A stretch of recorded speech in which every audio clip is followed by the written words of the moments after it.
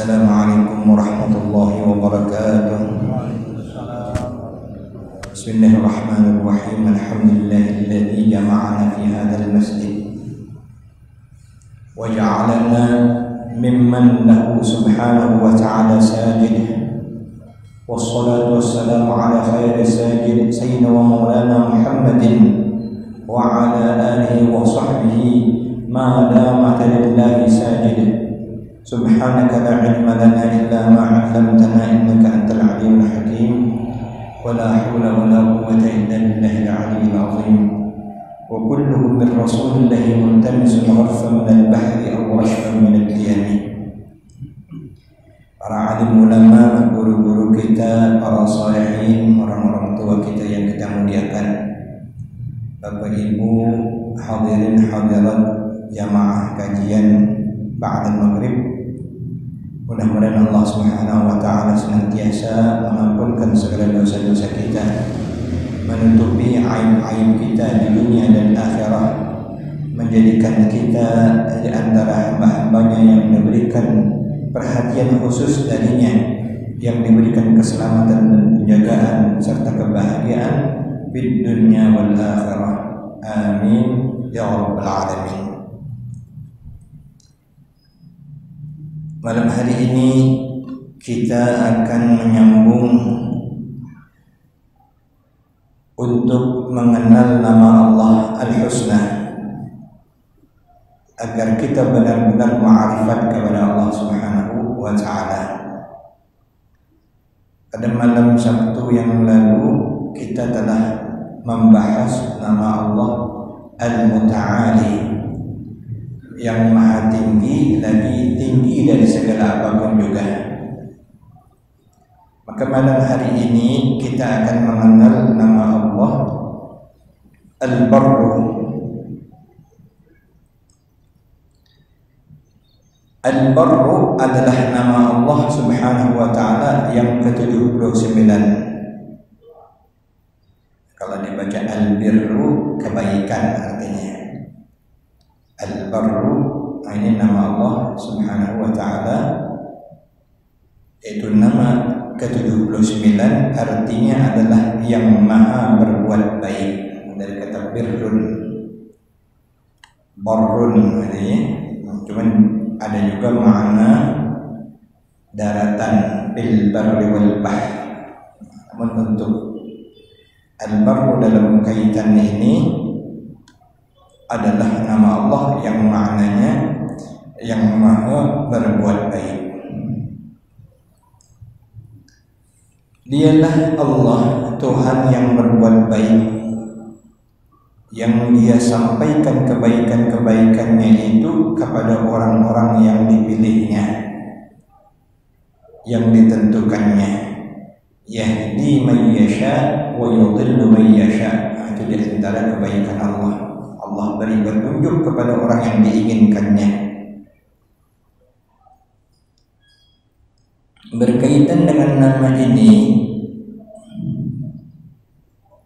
firman Allah Subhanahu wa ta'ala dalam Al-Quran, yaitu ketika orang-orang surga menerima bermacam-macam kenikmatan nanti di dalam surga, seraya berkata, Inna kunna min qablu nad'uhu innahu huwal barrur rahim.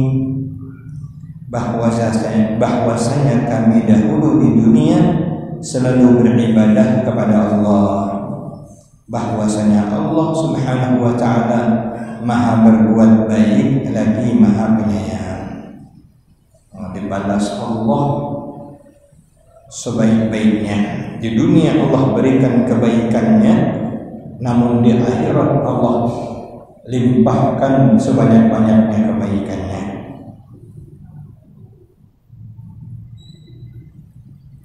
Di antara kebaikan-kebaikan Allah adalah bahwa Allah menciptakan manusia dalam sebaik-baik kejadian, baik kejadian zahirnya maupun batinnya. وَلَقَدْ خَلَقْنَا الْإِنسَانَ فِي أَحْسَنِ تَقْوِيمٍ. laqad khalaqtal insana fi ahsani taqwim. Sungguh telah kami jadikan manusia itu dalam sebaik-baik kejadian. Manusia adalah makhluk yang paling baik kejadiannya. Manusia lebih baik kejadiannya daripada bulan purnama, lebih baik daripada matahari, bahkan lebih baik daripada makhluk-makhluk lainnya, bahkan lebih baik daripada bidadari jika nanti masuk dalam surga. Jadi ibu-ibu kalau masuk surga nanti lebih elok daripada bidadari. Dalam surga kecantikan kaum mukminat melebihi kecantikan bidadari, karena manusia dijadikan paling baik rupanya, sehingga kita sangat patut bersyukur telah dijadikan Allah seperti ini, yang merupakan makhluk yang paling baik bentuknya, baik rupa zahirnya maupun rupa batinnya. Bersyukur kita kepada Allah dijadikan manusia yang paling baik berupa zahir, bahkan juga berupa batin. Kalau tidak percaya, cobalah sanding dengan monyet. Di situ kita bersyukur kepada Allah. Jangan bersanding dengan orang yang lebih gagah, jangan. Atau yang lebih cantik, jangan. Itu artinya manusia adalah makhluk yang paling Allah sempurnakan. Dan manusia jika lebih sempurna sifat-sifatnya, manusia juga lebih sempurna sifat-sifatnya dari makhluk yang lain. Yaitu Allah telah menciptakan manusia, Allah yang maha hidup, diberikan kehidupan kepada manusia, ilmu pengetahuan, juga diciptakannya kudrat, ilmu pendengaran, penglihatan, dan pandai berkata-kata. Dipinjamkan Allah sifat-sifat Allah. Hayy, hidup, ilm, ilmu, kudrah, sama, basar, kalam, dipinjamkan Allah kepada kita. Satu-satunya makhluk Allah yang diberikan sifat tujuh yang lengkap adalah manusia. Sehingga ada hadis Nabi Muhammad SAW yang mengatakan bahwa Allah Subhanahu wa Ta'ala menciptakan Adam atas rupanya. Khalaqallahu Adama ala surati. Allah ciptakan Adam di atas rupanya. Ini i'tikad kaum ahli sunnah wal jamaah memahaminya bahwa Allah meminjamkan tujuh sifat tadi. Tapi kalau kaum mujassimah, na'udzubillah, mereka meyakini rupa manusia inilah macam Allah itu. Na'udzubillah, tsumma na'udzubillah min dzalik. Mengambil dari zahir asar tadi, khalaqallahu Adam ala surati. Allah telah menciptakan Adam serupa dengannya. Padahal maksudnya Allah pinjamkan tujuh sifat Allah yang tadi.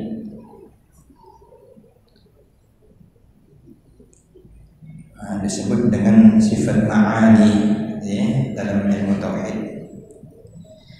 Maksud hadis tersebut adalah manusia diciptakan Allah atas gambaran Allah. Segala sifat-sifat yang menunjukkan kepada sifat-sifat Allah diberikan kepada manusia. Dalam hadis lain Nabi Muhammad SAW mengatakan, "Man arafa nafsahu faqad arafa rabbah." Barang siapa mengenal dirinya, niscaya ia akan mengenal Tuhannya. Dalam Al-Quran Allah berfirman, "Wa fi anfusikum afala ta'qilun." Dan tanda-tanda kebesaran Allah itu terdapat pada dirimu wahai manusia, apakah kamu tidak mau berpikir? Atau bisa mandang, macam mana atau bisa mandang? telinga bisa dengar, jantung tak berhenti, napas tak berhenti, tidur pun dia bergerak juga, jantung pun bergerak juga. Nah, itu memikirkan itu di antara bagaimana kita dapat mengenal Allah. Dalam ilmu tasawuf diajarkan belum lagi mempelajari siapa diri kita, mengenal mana nafsu-nafsu jahat kita, merenungi penciptaan kejadian kita, menanyakan dari mana engkau dan mau kemana engkau. Dengan memahami diri, man arafa nafsahu faqad arafa rabbah. Ini masyhur disebut sebagai hadis Nabi. Tapi dalam kajian yang lebih teliti, sebenarnya ini adalah perkataan seorang ulama besar waliullah namanya Yahya bin Mu'az. Namun sudah kandung populer atau masyhur sebagai asar dari Nabi Muhammad sallallahu alaihi wasallam. Jadi pendapat lain ini adalah perkataan dari seorang ulama yang bernama Yahya bin Mu'az radhiyallahu anhu. Guru kita Syekh Bakhid kemudian mengatakan, coba kita kenali diri dengan benar-benar kenal. Nah, ini pertanyaannya, siapa yang menghidupkan? Tentulah dia Allah yang maha hidup yang menghidupkan kita. Siapa yang mematikan? Tentulah yang mematikan kita adalah dia Allah Al-Mumit yang maha mematikan. Dan seterusnya kita kenali satu persatu dengan diri kita yang membuahkan kenal kepada yang menciptakannya. Karena manusia diciptakan Allah atas potret atau gambaran Allah Subhanahu wa taala untuk kita mengenal Allah Subhanahu wa taala. Tercermin itu, makanya dianjurkan berdoa, Allahumma kama hassanta khalqi fahassin khuluqi. Ya Allah, sebagaimana kau perbaikan penciptaanku, perbaikan pula akhlakku. Sambil mandang itu bersyukur, alhamdulillah mata masih nampak, hidung mancung, lubang hidung ke bawah, dada ke atas, di balik Allah. Badan kita alhamdulillah ada kurangkah atau lebihkah, kita menyadari kita adalah makhluk Allah yang paling sempurna. Lebih-lebih lagi bersyukur diciptakan Allah sebagai umat Nabi Muhammad sallallahu alaihi wasallam. Ingat yang menciptakan kita. Jadi waktu mandang diri, ingat yang menciptakan kita, ingat Allah, puji Allah, besarkan Allah. Jangan meruntuk sebenarnya aku ini anakku ini syukur kepada Allah, karena inilah yang Allah telah berikan kepada kita. Kita gunakan agar kita termasuk orang-orang yang beribadah di sisi Allah Subhanahu wa taala. Allah berfirman dalam surat Az-Zariyat ayat 56, wa ma khalaqul jinna wal ins illa liya'budun. Tidaklah aku ciptakan jin dan manusia melainkan liya'budun, untuk menyembahku, untuk beribadah kepadaku. Kita renungkan bahwa suatu hari kita akan dipanggil oleh Allah Subhanahu wa taala. Sudah banyak ulama-ulama kita di dunia ini dipanggil Allah, guru-guru kita, termasuk menantu abang kita yang tadi kita sampaikan Fatihah, yang adalah ulama di Betawi, Haji Mahmud Muzaffar LCMA, anak keturunan dari ulama besar Jakarta. Tapi Allah sayang dengan beliau, umur baru 44 tahun, masih muda lagi, dipanggil Allah. Allah sayang hamba-hambanya, dipanggil Allah satu persatu. Maka kalau ulama yang meninggal itu sulmatun fid din la tusad, ibarat ada lubang tidak bisa lagi ditempel, bocor sudah. Ibarat kapal tuh bocor, itu tidak bisa tempel lagi. Ninggal lagi, bocor lagi, ninggal lagi, bocor lagi. Lama-lama habis. Allah tidak mengangkat ilmu secara sekaligus, tetapi Allah memanggil ulama-ulama, panggil. Mudah-mudahan Allah tinggikan derajat mereka semua di sisi Allah Subhanahu wa taala. Amin ya rabbal alamin. Itu kita renungkan diri kita. Bahasa Melayu ulama-ulama di Indonesia, untuk saya di Indonesia dulu mengistilahkan dengan istilah mengenal diri. Diri kita ini payah kita mengenalinya. Mengenali orang lain mudah. Banyak kita baca orang, oh dia tuh ini, dia tuh ini, dia tuh ini, dari A sampai Z bisa kita. Tapi diri kita tidak bisa kita. Ibarat pepatah yang dulu pernah kita sampaikan, gajah di seberang gajah di depan mata tidak nampak, semut di seberang lautan kita nampak. Makanya hasibu anfusakum qabla an tuhasabu, kata Sayyidina Umar. Periksa dirimu sebelum datang hari kau diperiksa. Eloklah kita. Sayyidi Muhyiddin Ibnu Arabi setiap saat dalam hari-harinya itu ada dia khususkan waktu. Li waqtun la yas'uni fihi ghairu rabbi. Satu saat itu dia fokuskan untuk tafakur, merenungi dirinya untuk dia mengenal Allah Subhanahu wa taala. Makanya kalau yang paling bagus itu kalau mau buat agenda, tapi janganlah ditulis, kadang-kadang kalau ditulis ada orang yang baca. Yang buruk-buruk yang diingat. Pagi ini aku ngatain orang, pagi ini aku tidak ada jawab salam orang, pagi ini ada orang minta sedekah, aku pura-pura tak tahu, pagi ini ada tetangga aku sakit, aku tidak ada dimai. Itu yang diingat-ingat. Jangan pagi tadi aku sedekah 2.000, pagi tadi aku yang baik-baik dihitung. Lebih elok yang buruk-buruk itu yang kita muhasabah, periksa. Kalau kita memikirkan yang baik-baik, nanti timbul ujub. Oh hebatlah aku nih, hari ini aku lah juz Al-Quran, hari ini aku lah zikir segini. Dihitung-hitung, yang diingat-ingat itu. Maksudnya yang diingat-ingat itu adalah yang buruk-buruk, supaya kita jangan mengulanginya lagi. Bertahap mengurangi.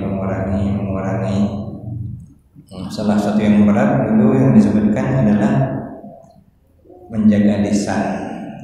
Lisan ini sebagaimana dalam pepatah sudah banyak sebenarnya pengamannya.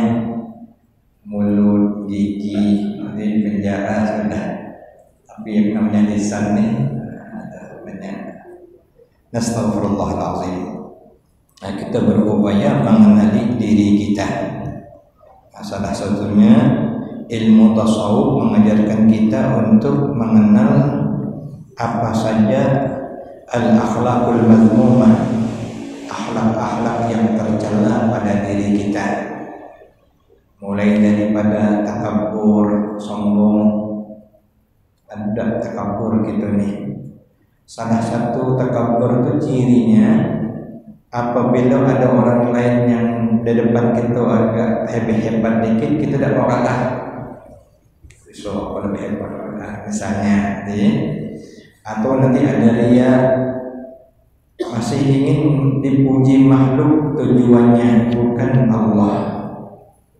Ke masjid tak enak dengan Pak RT, mampu rajin ke masjid, tak enak dengan Pak RT rajin.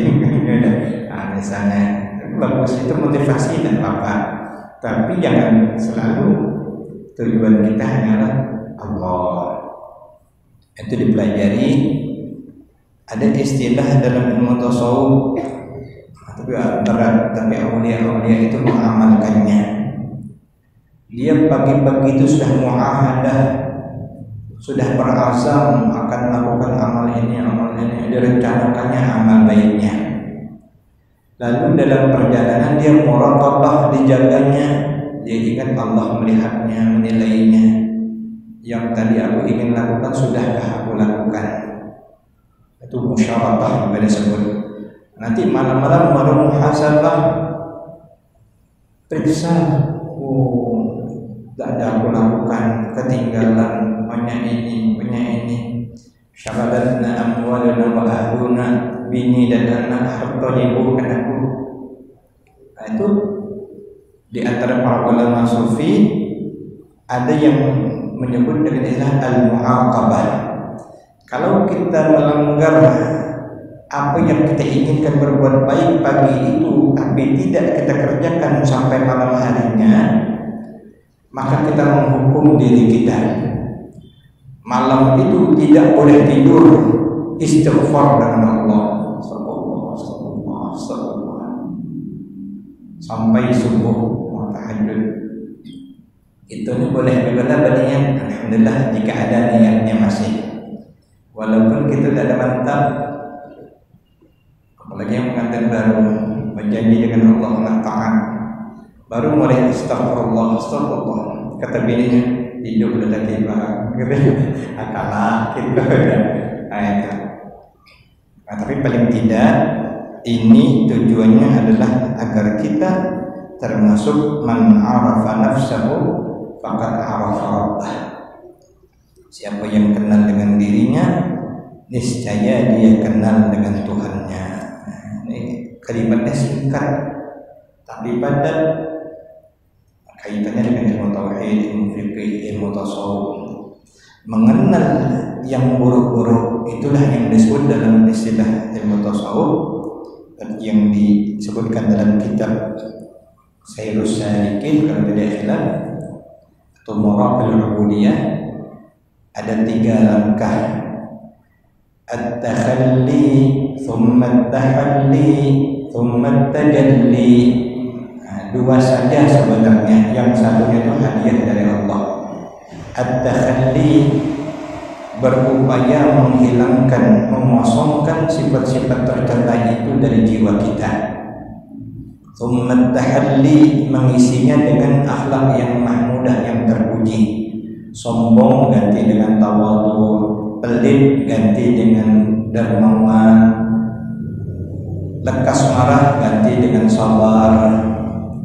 Pokoknya diisi dengan yang baik-baik semua. Mendoakan orang lain, tidak mendendam orang lain, memaafkan orang lain, menolong, memuliakan. Sifat-sifat yang baik itu melekat di dalam jiwa. Kalau sudah mantap, tsumma tajalli, maka Allah akan bertajalli. Itu bahasa tauhidnya. Tajalliyatur rahmah, Allah curahkan rahmat sebanyak-banyaknya, dan disitulah dia mendapatkan ma'rifatullah, mengenal Allah Subhanahu wa ta'ala. Dan tentunya itu dengan cara mujahadah, melawan hawa nafsu, dan terus latih riyadhah. Para ulama sufi di antaranya melatih murid-muridnya dengan banyak berzikir, banyak-banyak beramal saleh, supaya hatinya selalu ingat dengan Allah Subhanahu wa ta'ala. Nah, paling tidak mari kita bercita-cita, berazam agar kita termasuk orang yang berupaya dan mendapatkan ma'rifatullah. Pada minggu yang lalu kita bacakan perkataan Imam Al-Ghazali, siapa orang yang tidak ada niat, keinginan di hatinya untuk ma'rifat kepada Allah, andai pun dia nanti masuk ke dalam surga, dia tidak dapat memandang wajah Allah. Jadi bercita-citalah kita itu mengenal Allah Subhanahu wa ta'ala, mengenal yang membuahkan rasa takut, rasa rindu, rasa hadir, menimbulkan khusyuk. Itu seperti zikir yang diajarkan oleh Sayyidi Abdul Qadir Al-Jilani. Allahu hadiri, Allahu naziri, Allahu syahidi, Allahu ma'i. Itu supaya kita benar-benar betul-betul menjadikan Allah di atas segala-galanya. Tentunya dengan riyadhah, dengan mujahadah, dan berkumpul dengan orang-orang saleh. Adalah ada dulu lagunya tombok hati 5 perkara. Salah satunya adalah mujahadah satu salihin, berkawan dengan orang-orang saleh. Kalau masih macam kita nih belum dapat lagi level orang-orang khusus dari Allah. Orang khusus dari Allah itu berkawan dengan siapapun, orang itu akan insaf. Berkawan dengan preman, preman insaf. Berkawan dengan perampok, perampok insaf. Macam wali-wali Allah. Kalau kita belum makomnya lagi, berkawan dengan bandit, kita jadi bandit gitu. Maka pilihlah murafaqatus shalihin, berkawan dengan orang-orang saleh. Boleh bercita-cita, aku nak kawan preman, aku nak naubatkan mereka. Tapi persiapkan diri dulu. Kaget semalam, oke, 2 malam, oke, 3 malam mulai ikut. Wah, iyalah enak juga. Alhamdulillah. Eloklah berkawan dengan orang-orang saleh. Masuklah baca Quran dengan maknanya, tahajud di malam hari. Jadi, mudah-mudahan Allah menolong kita, memudahkan kita. Kemudian kata guru kita, sedangkan berupa batin manusia, yaitu Allah Subhanahu wa Ta'ala ciptakan badannya berupa ruh. Ada ruh, ada nafsu, ada akal, dan qalbu atau hati. Yang lengkapnya ada ruh, ada nafsu, ada akal, ada qalbun, ada hati. Di dalam kitab Ihya Ulumuddin, Al-Imam Hujjatul Islam Muhammad bin Ahmad Al-Ghazali At-Tusi An-Naisaburi menyebutkan bahwa nama-nama yang tadi disebutkan, ruh, nafs, akal, kalbu, sebenarnya satu. Namun bagaimana cara kerjanya itulah yang menentukan.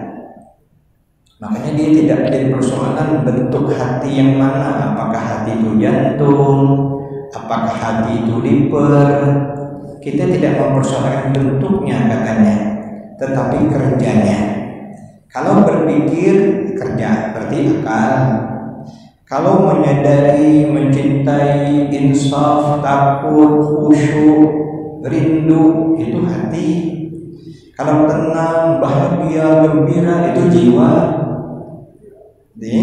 Tapi kalau nak bantai orang, nak marah orang, itu nafsu. Disitulah kita harus pandai membedakannya. Ada 2 istilah, lammatul malak dan lammatul syaitan. Bisikan malaikat atau bisikan ilahiyah. Yang satu lagi bisikan syaitan. Kalau kita pandai memilahnya itu, insya Allah aman. Makanya ilmu tasawuf mengajarkan kita untuk dapat memilah. Kita tidak tahu akibatnya nanti. Ketika tidak tahu, dahsyat. Ada yang ngaku jadi Jibril, ada yang ngaku jadi Imam Mahdi, ada yang ngaku jadi agama terakhir, nabi terakhir. Kenapa? Karena dia merasakan dapat wangsit misalnya, tapi tidak tahu bedakan itu lammatul malak apa lammatul syaitan. Pernah dulu saya sebutkan, ada orang mengaku ketemu seluruh nabi, 25 nabi dan rasul, ketemu seluruh malaikat-malaikat Allah. Ujung-ujungnya ada ajaran yang didapat dari malaikat Jibril. Mulai sekarang sholat Jumat tak sampai rukuk dan sujud lagi, cukup baca Fatihah 17 kali katanya. Itu berarti kan lammatul syaitan, tapi tak dapat membedakan. Disitulah kita perlu mengaji, perlu belajar, dan perlu bersama para ulama, perlu bersama orang-orang orang saleh agar kita ada filternya.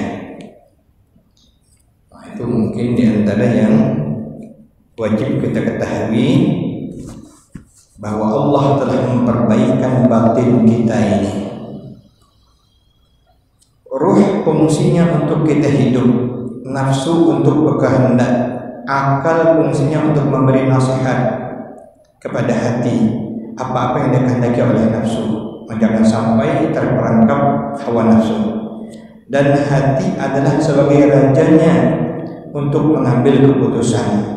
Setelah diputuskan oleh hati, anggota tubuh tergerak menuju apa yang telah diputuskan olehnya. Inilah keajaiban makhluk Allah yang dinamakan manusia. Hati ini yang makanya paling dinilai. Innallaha la yanzuru ila suwarikum wa la ila asalikum.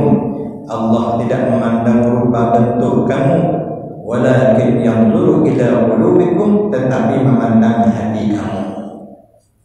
Nabi bilang, inna fil jasadi mudghah, dalam tubuh ini ada segumpal darah. Idza salahat salahal jasadu kulluh, kalau baik seluruh tubuh baik. Wa idza fasadat fasadal jasadu kulluh, kalau rusak maka seluruhnya pun rusak. Ala wahyal qalbu, itulah hati. Bagus bahasa Indonesia, hati-hati, supaya jaga hati sebenarnya, supaya berhati-hati menjaga hati. Itu asalnya, karena hati itulah yang dinilai, yang pertama kali dipandang oleh Allah Subhanahu wa Ta'ala. Nah, disitulah kelebihan orang-orang yang dekat dengan Allah, para kekasih-kekasih Allah. Hati mereka itu selalu dipandang Allah. Ini dalam rahasia para awliya Allah ada asrar namanya, rahasia-rahasia. Karena itu kenapa kita berupaya dekat dengan para kekasih Allah, berbuat baik, berkhidmat, mengabdi. Karena ketika Allah memandang hati para kekasihnya, ada nama kita di sana. Mawdi'u qulubul asfiya atau qulubul awliya, mawdi'u nazarillah, tempat pandang Allah, tempat tilik Allah. Nah, di situ Allah menjagakan hati mereka. Itulah yang disebut bahwa mereka itu memiliki hati yang bersih. Al-qalbus salim, qalbun salim. Nanti di akhirat itu yang paling beruntung adalah illa man atallaha biqalbin salim. Hati ini ada hati sakit namanya, ada hati mati, ada hati yang hidup, itu hati yang sejahtera. Nah, mudah-mudahan Allah menjadikan kita memiliki hati yang hidup, hati yang sejahtera. Bihurmatil habib bisirri suratil Fatihah. A'udzu billahi minasyaitonir rajim. Bismillahirrahmanirrahim. Alhamdulillahi rabbil alamin arrahmanir rahim maliki yaumiddin. Iyyaka na'budu wa iyyaka nasta'in. Ihdinas siratal mustaqim. Siratal ladzina an'amta 'alaihim ghairil maghdubi 'alaihim waladdallin. ألا يعلم من خلق وهو اللطيف الخبير. يا لطيفا بخلقه يا عالما بخلقه يا خبيرا بخلقه والطب بنا. يا لطيف يا عليم يا خبير يا لطيفا بخلقه يا عالما بخلقه يا خبيرا بخلقه الطب بنا. يا لطيف يا عليم يا خبير يا لطيفا بخلقه يا عليما بخلقه يا خبيرا بخلقه الطب بنا. يا لطيف يا عليم يا خبير يا لطيفا لم يزل الطب بنا فيما نزل.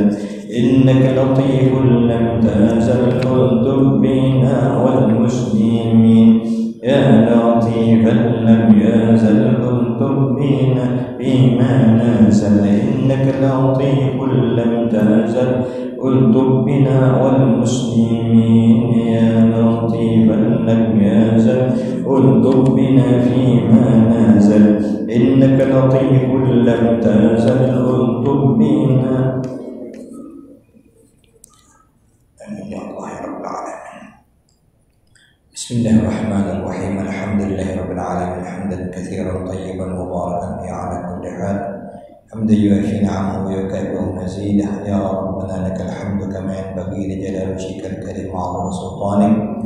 اللهم صل على سيدنا محمد صلاة طب القلوب ودوائها وعافية الأبدان وشفائها ونور الأبصار وضيائها وقوت الأرواح وغذائها وعلى آله وصحبه وسلم تسليما كثيرا. رضينا بالله ربا وبالإسلام دينا وبسيدنا محمد صلى الله عليه وسلم نبيا ورسولا. اللهم يا معلم إبراهيم علمنا ويا مفهم سليمان فهمنا. اللهم كن لنا ولا تكن علينا. اللهم لا تعاملنا بما نحن أهله وعاملنا بما أنت أهله. أنت أهل التقوى وأهل المغفرة. وصلى الله على سيدنا محمد وعلى آله وصحبه وسلم والحمد لله رب العالمين. السلام عليكم ورحمة الله وبركاته.